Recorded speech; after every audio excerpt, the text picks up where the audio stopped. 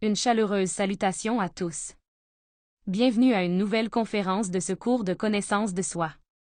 Le sujet d'aujourd'hui s'intitule Le chemin difficile et l'œuvre christique, un thème d'une importance vitale pour notre avancement sur le chemin intérieur. Ce chemin est, sans aucun doute, difficile. Cependant, en comprenant à l'avance quels obstacles le rendent ainsi, nous pouvons avancer avec fermeté et atteindre le but de la réalisation intime de notre être au cours d'une seule existence. Le chemin vers la réalisation de soi est en effet difficile. La route qui conduit à l'illumination n'est pas facile à parcourir. Si elle l'était, la plupart d'entre nous seraient déjà éveillés et illuminés. Après tout, dans beaucoup de nos existences passées, nous avons déjà reçu les enseignements de ce chemin. Et pourtant, nous voilà, toujours endormis, toujours égarés. Il y a de nombreuses raisons pour lesquelles ce chemin est difficile. Mais la principale, je dirais, est que pour le parcourir, nous devons constamment nous affronter et nous vaincre nous-mêmes. Et c'est là le combat le plus ardu de tous. C'est pourquoi on l'appelle le chemin du fil du rasoir, un chemin rempli de dangers des deux côtés, où chaque pas apporte sa part de douleur. Beaucoup commencent ce chemin, mais seuls quelques-uns atteignent le but. Pourtant, malgré sa difficulté et la souffrance qu'il implique, c'est le seul chemin qui en vaille véritablement la peine. Car sa destination finale est la libération totale, l'éveil complet de notre conscience et notre retour dans le sein du Père cosmique commun. Mais cette fois, après avoir acquis la sagesse, la maîtrise, et être devenus des dieux créateurs, membres de l'armée de la parole, le grand verbe qui résonne à travers l'univers. Dans cette conférence, nous comprendrons pourquoi le chemin vers la réalisation de soi est si difficile. Nous apprendrons quels sont les principaux obstacles que nous rencontrerons une fois que nous aurons décidé d'emprunter ce chemin intérieur. Nous verrons également comment transcender ces obstacles, et nous parlerons de la manière d'éviter les nombreuses formes subtiles d'autotromperie, qui peuvent nous empêcher d'avancer vers la réalisation de soi. Analysons donc quels sont ces obstacles qui rendent ce chemin difficile, afin d'apprendre à les surmonter, et de continuer à progresser dans notre travail intérieur. Le premier obstacle que nous rencontrerons, c'est notre propre ego, surtout ce côté obscur de nous-mêmes que nous ne connaissons pas ou que nous refusons d'accepter. Comme je l'ai mentionné plus tôt, la chose la plus difficile de toutes, c'est de se confronter à soi-même, de prendre la décision de découvrir et de reconnaître que nous ne sommes pas aussi bons ou purs que nous aimons le croire. Pour réellement nous connaître, il faut oser dévoiler la perversité qui se cache à l'intérieur. Nous aimons profondément notre ego. Nous justifions nos erreurs. Nous passons sous silence beaucoup de détails pervers qui surgissent en nous. Et nous arrivons à un tel niveau d'autotromperie que nous ne voyons plus, ni ne reconnaissons, nos propres défauts psychologiques. En vérité, nous ne connaissons qu'une toute petite partie de ce que nous sommes, parce que notre sens de l'auto-observation s'est affaibli par manque d'usage. Nous avons pris l'habitude de regarder vers l'extérieur, de pointer du doigt, de critiquer et de juger ce que font les autres, sans nous rendre compte que nous projetons simplement ce côté inconnu de nous-mêmes sur les autres. Mais nous ne sommes pas disposés à le reconnaître à l'intérieur de notre propre psyché. Et lorsque nous portons en nous beaucoup de choses que nous ne connaissons pas et que nous n'acceptons pas, ces éléments compliquent inévitablement notre vie. En conséquence, nous attirons continuellement des situations et des personnes qui génèrent des conflits. Car si nous ne sommes pas en harmonie avec nous-mêmes, nous ne pouvons pas être en harmonie avec les autres non plus. Et le résultat sera toujours le conflit sous une forme ou une autre. Lorsque nous décidons d'entrer sur le chemin de la connaissance de soi, le seul chemin qui puisse véritablement nous conduire à l'illumination, nous commençons à comprendre l'importance de l'auto-observation. L'auto-observation signifie apporter la lumière de la conscience sur le côté obscur de nous-mêmes. Lorsque nous commençons à nous observer, nous découvrons des choses que nous n'aurions jamais imaginées présentes en nous. Nous réalisons que nous pouvons être menteurs, paresseux, traîtres, injustes, déséquilibrés, tyranniques, malhonnêtes, cruels, mal intentionnés, faibles, pervers, morbides, voire dégénérés.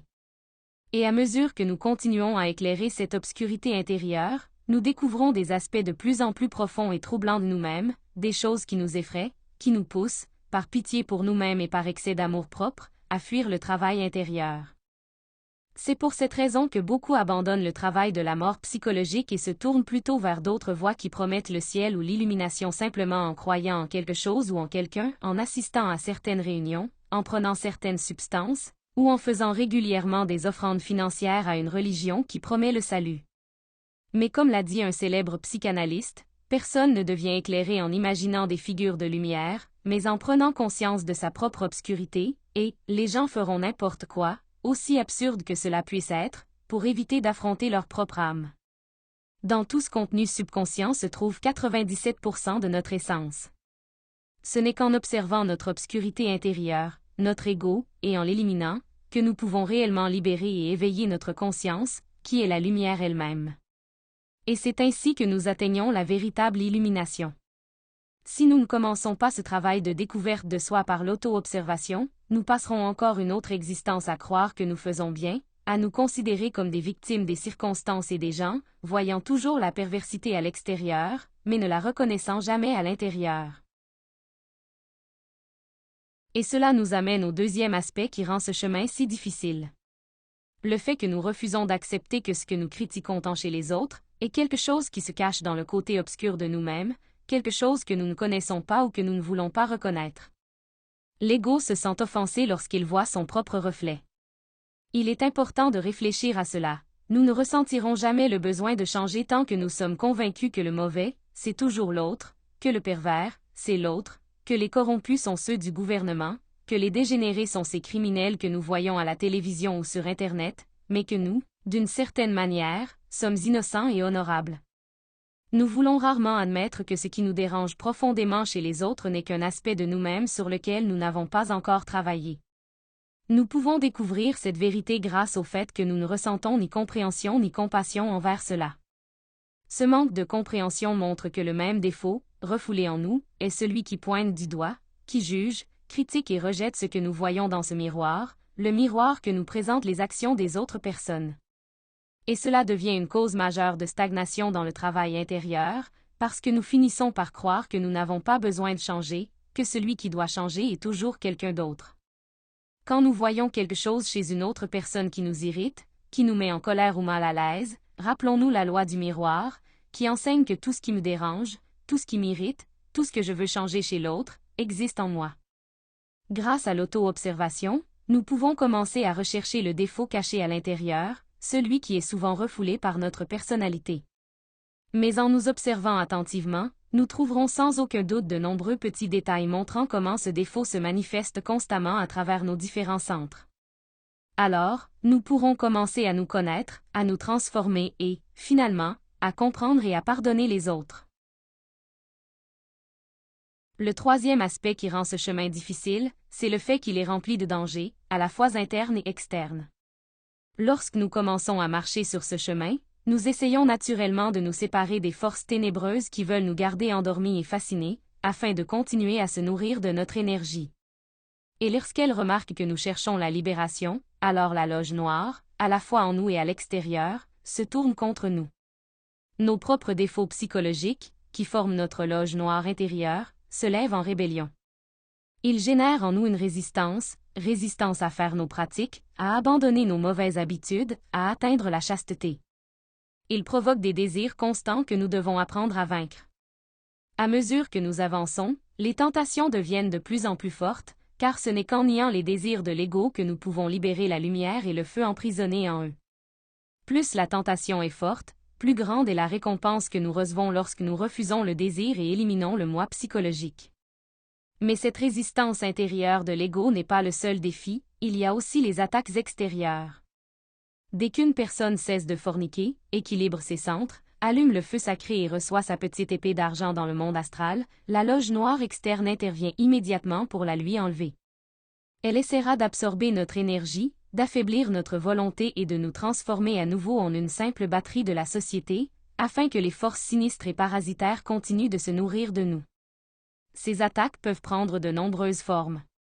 Elles peuvent apparaître sous la forme de personnes séduisantes cherchant à nous tenter vers l'infidélité ou à nous ramener à la fornication. Elles peuvent venir d'individus porteurs de théories fascinantes destinées à nous troubler et à nous égarer. Elles peuvent même se présenter comme des guides, des maîtres ou des gourous que l'on nous dit de suivre aveuglément pour progresser. Ou encore, elles peuvent venir sous la forme de personnes nous offrant des opportunités économiques séduisantes, promettant de résoudre tous nos problèmes, mais nous laissant sans temps ni énergie pour faire le travail intérieur. C'est pourquoi nous devons rester constamment vigilants, en pratiquant la mort psychologique dans chaque situation, afin que notre conscience puisse se manifester et nous guider par l'intuition. Nous devons comprendre que la loge noire externe ne peut nous tenter qu'à travers la loge noire interne. Que signifie cela? Cela signifie que si nous éliminons en nous les moi lubriques, infidèles, fanatiques, mythomanes, intellectuels, envieux, orgueilleux et avides, alors la loge noire externe n'aura aucun moyen de nous séduire ni de nous égarer. Un autre grand obstacle sur ce chemin est l'autotromperie. Cela se produit lorsque nous entrons dans ces études et que nous commençons à nous sentir comme de bonnes personnes, lorsque nous commençons à croire que nous sommes déjà en sécurité, que nous sommes saints, ou que nous possédons la vérité. Cela arrive aussi quand, après avoir appris ces enseignements, nous commençons à penser que, simplement parce que nous pouvons bien les expliquer, nous sommes déjà meilleurs que les autres, et nous en venons même à mépriser ceux qui ne connaissent pas encore cette sagesse. Souvent, quelqu'un commence à travailler sur lui-même avec sincérité.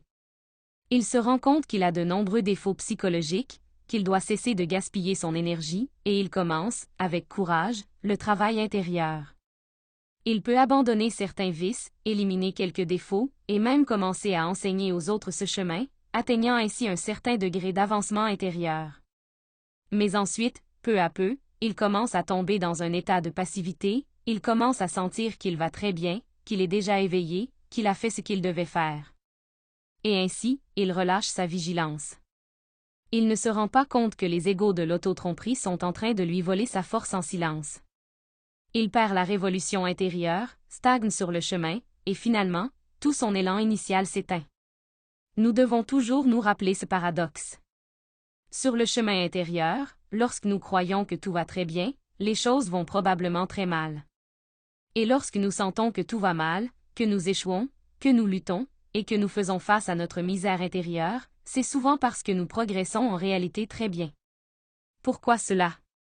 Parce que lorsque nous pensons que tout va bien, cela signifie généralement que nous sommes tombés dans le fanatisme ou la mythomanie. Nous avons baissé la garde, cessé de nous observer, cessé de nous juger avec sincérité, et donc, nous avons cessé de découvrir qui nous sommes réellement. Une personne qui commence à voir son obscurité intérieure, sa propre corruption, sa propre misère, avec l'intention sincère de libérer la lumière piégée dans cette obscurité, et qui ne s'enfuit pas devant cela, mais continue à fouiller plus profondément dans les aspects plus subtils et pervers d'elle-même, vivra dans un état constant d'autodécouverte. C'est pourquoi ce travail doit être continu. Il ne se termine pas avant qu'il ne soit réellement terminé. Le moment où nous commençons à nous sentir bons, élevés ou supérieurs aux autres, c'est un signe clair que nous avons dévié et sombré dans l'autotromperie. Une personne véritablement engagée dans l'autodécouverte deviendra de plus en plus consciente de l'ampleur de la transformation encore nécessaire, et de tout le travail intérieur qu'il lui reste à accomplir. Même sur la deuxième montagne de l'initiation, la force christique née en nous doit continuer à éliminer les aspects obscurs de notre lune psychologique. Elle doit mettre fin aux 7 moi causaux, les 7 défauts capitaux qui ont donné origine à tout l'ego. Ainsi, se sentir grand, avancer ou croire que nous faisons merveilleusement bien alors que nous venons à peine de commencer ce travail, voilà l'un des obstacles les plus grands et les plus dangereux à notre progrès. Un autre obstacle que nous rencontrons sur ce chemin est lié aux codes moraux.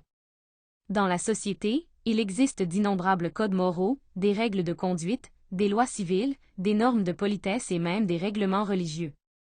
Mais lorsqu'il s'agit du chemin intérieur, tous ces codes se révèlent superficiels, et beaucoup d'entre eux peuvent en réalité devenir de sérieux obstacles à notre travail intérieur. La moralité conventionnelle est inutile. La morale est toujours esclave des coutumes, du temps et du lieu.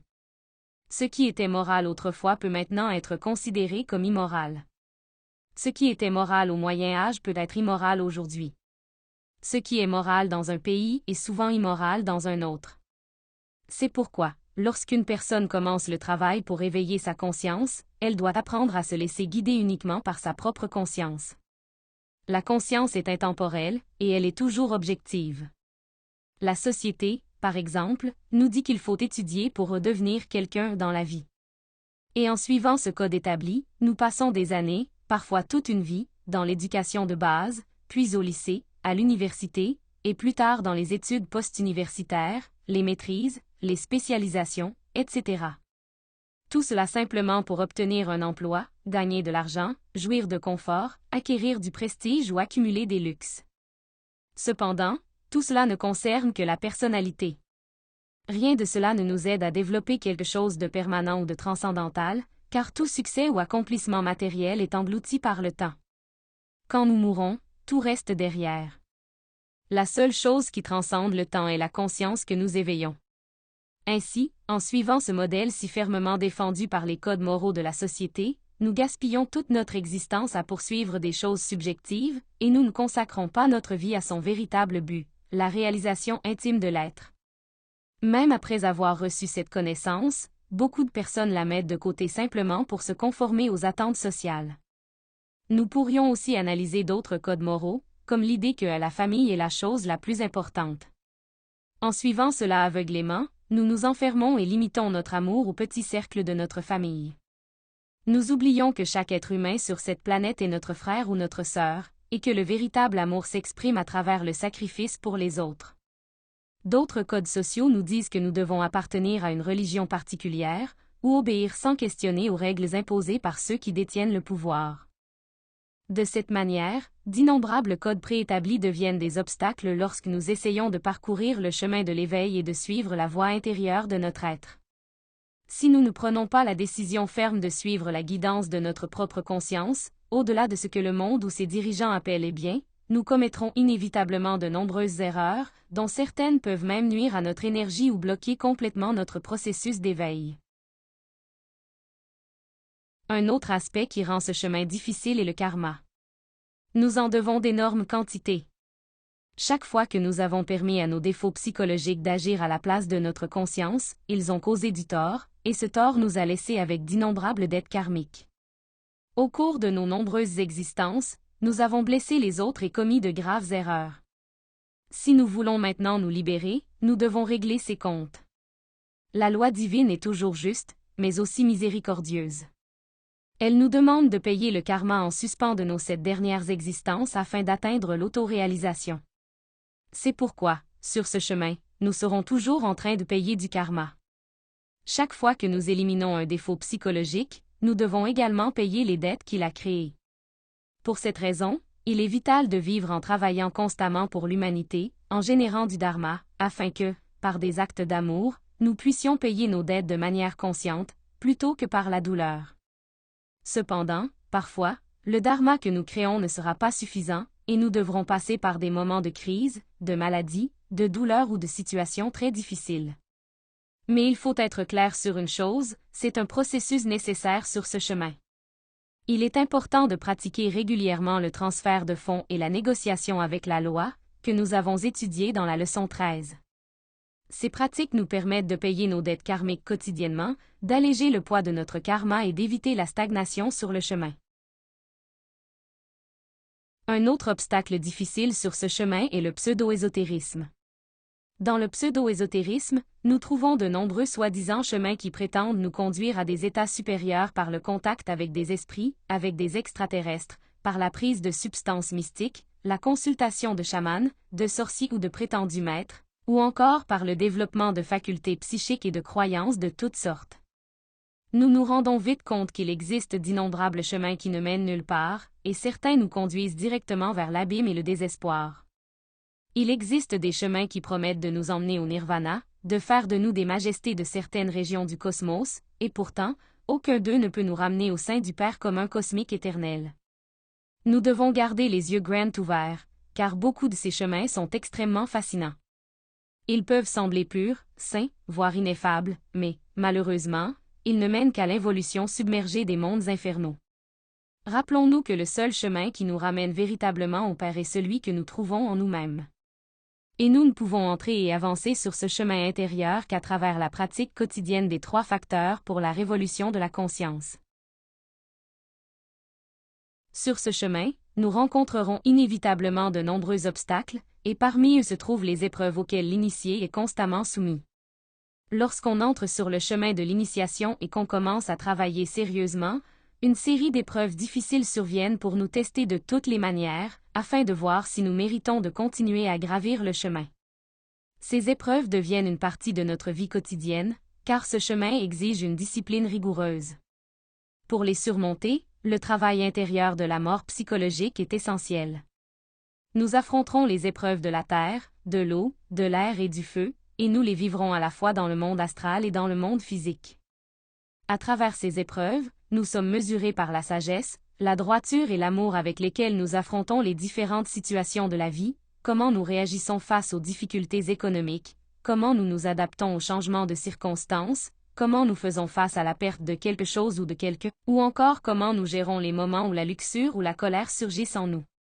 Si nous tombons dans le désespoir, si nous ne savons pas nous adapter, si nous réagissons négativement, nous ne réussirons pas les épreuves et resterons bloqués sur le chemin, car ces expériences définissent notre avancement. Il existe des moments d'épreuve où nous nous sentons abandonnés, où nous demandons et ne recevons pas de réponse, où nous entrons dans un désert intérieur. Mais celles-ci sont aussi des épreuves de foi, où se mesure notre capacité à continuer de marcher sur le chemin. Comme nous pouvons le voir, c'est un chemin rempli de dangers et d'obstacles. Pour avancer, il est essentiel de les reconnaître, de les comprendre et d'apprendre à les transcender.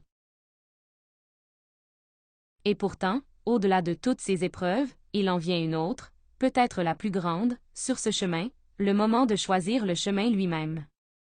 Pendant la création du corps causal, nous arrivons à un point décisif lorsque, après beaucoup de souffrances intérieures et de sacrifices conscients, le Christ en nous est prêt à naître. Bien que le Christ soit cette force révolutionnaire qui descend pour nous aider à accomplir l'œuvre de la seconde montagne, l'œuvre de l'Apocalypse intérieur, sa venue marque le commencement du véritable chemin difficile. Devant le gardien du monde de la volonté, nous devons choisir. Si nous ne décidons pas de suivre le chemin direct, étroit et exigeant, le Christ individuel ne peut pas naître en nous. Et il est dit que sur 1000 initiés qui arrivent à ce moment de décision, 999 choisissent le chemin du nirvana au lieu du chemin direct, trahissant ainsi leur Christ intérieur. La tentation du nirvana est l'un des plus grands obstacles qui apparaissent devant ceux qui recherchent l'autoréalisation. On ne peut atteindre le Père qu'à travers le Fils, mais pour que le Fils de l'homme naisse dans le cœur, il faut renoncer au nirvana et choisir le chemin direct, unissant l'âme humaine à l'âme divine. Le Christ naît de cette union sacrée. L'avènement du feu christique est l'événement le plus transcendant de notre vie spirituelle. Le Christ in Time commence alors à prendre le commandement de tous nos processus mentaux, émotionnels, moteurs, instinctifs et sexuels, à mesure que la Kundalini électronique s'élève. En assumant le contrôle de toute notre psychologie, le Seigneur de la perfection endure une souffrance immense et indescriptible. Devenant un homme parmi les hommes, il doit passer par d'innombrables épreuves et affronter les tentations les plus intenses. Car la tentation est le feu, et le triomphe sur la tentation est la lumière. L'initié doit donc apprendre à vivre dangereusement. C'est ainsi qu'il est écrit. Le travail de la seconde montagne est un processus laborieux et profond, car c'est à travers cette lutte intérieure que le feu christique nous purifie totalement et nous libère définitivement de l'ego. Parmi les grandes œuvres que le Christ intérieur doit accomplir sur la seconde montagne, il y a la création des corps d'or, réceptacles indispensables à travers lesquels la force christique peut s'incarner en nous, car l'incarnation du Christ est le but essentiel dans les étapes avancées de l'élimination du « moi » pluralisé. Il doit aussi payer tout le karma, même le plus sévère, le karma dur, qui ne peut être payé que par la douleur, puisqu'il est lié aux transgressions que nous avons commises contre le Saint-Esprit. De plus, il doit éliminer les moi causaux, les germes même de l'ego, en purifiant notre étable intérieure de toutes les bêtes que nous avons créées et nourries au fil des siècles. Et enfin, il doit aussi assumer l'œuvre d'enseigner l'humanité. Comme nous pouvons le constater, l'œuvre que le Christ intime doit accomplir en nous est réellement ardue. Cependant, il existe un aspect particulier qui rend sa tâche encore plus difficile, le fait que le monde entier le perçoive à travers son propre prisme psychologique. Étant parfait, il semblera imparfait, étant chaste, il paraîtra ne pas l'être, étant juste, il semblera injuste. C'est comme les différentes réflexions de la lumière. Si nous portons des lunettes bleues, tout paraît bleu. Si nous portons des lunettes rouges, tout prend une teinte rouge.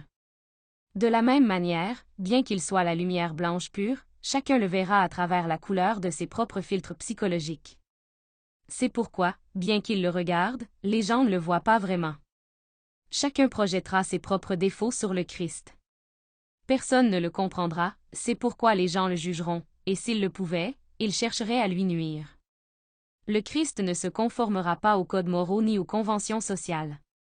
Le Christ est la vérité, et la vérité est toujours inconfortable, toujours offensante pour la conscience endormie de l'humanité. En vérité, si un Christ vivant se tenait devant nous, nous ne le reconnaîtrions pas. Manifeste mais caché dans le cœur du véritable être humain, le Christ, assumant tous nos états psychologiques, apparaîtra au monde comme quelque chose de cruel, immoral ou même pervers, mais seulement parce que les gens le voient à travers les ténèbres de leur propre mental. Les masses inconscientes et endormies ne veulent qu'un Christ historique, anthropomorphe, une figure de pierre, figée dans des dogmes qui ne remettent pas en cause leurs habitudes ni leur complaisance morale. L'humanité adore la statue du Christ, mais non le Christ vivant dans le cœur. L'œuvre que le Christ intime doit réaliser dans notre propre psyché est profondément douloureuse. Notre maître intérieur doit vivre tout son chemin de croix dans les profondeurs même de notre âme. Cependant, lorsque le Christ aura accompli son œuvre en nous, la souffrance et la persécution cesseront. Nous serons libérés de toute forme d'ego, aurons transcendé les lois qui nous liaient autrefois à l'existence mécanique, et aurons retrouvé toute la sagesse que nous étions venus chercher à travers cette expérience humaine. Nous ne serons plus esclaves de la douleur ni des circonstances.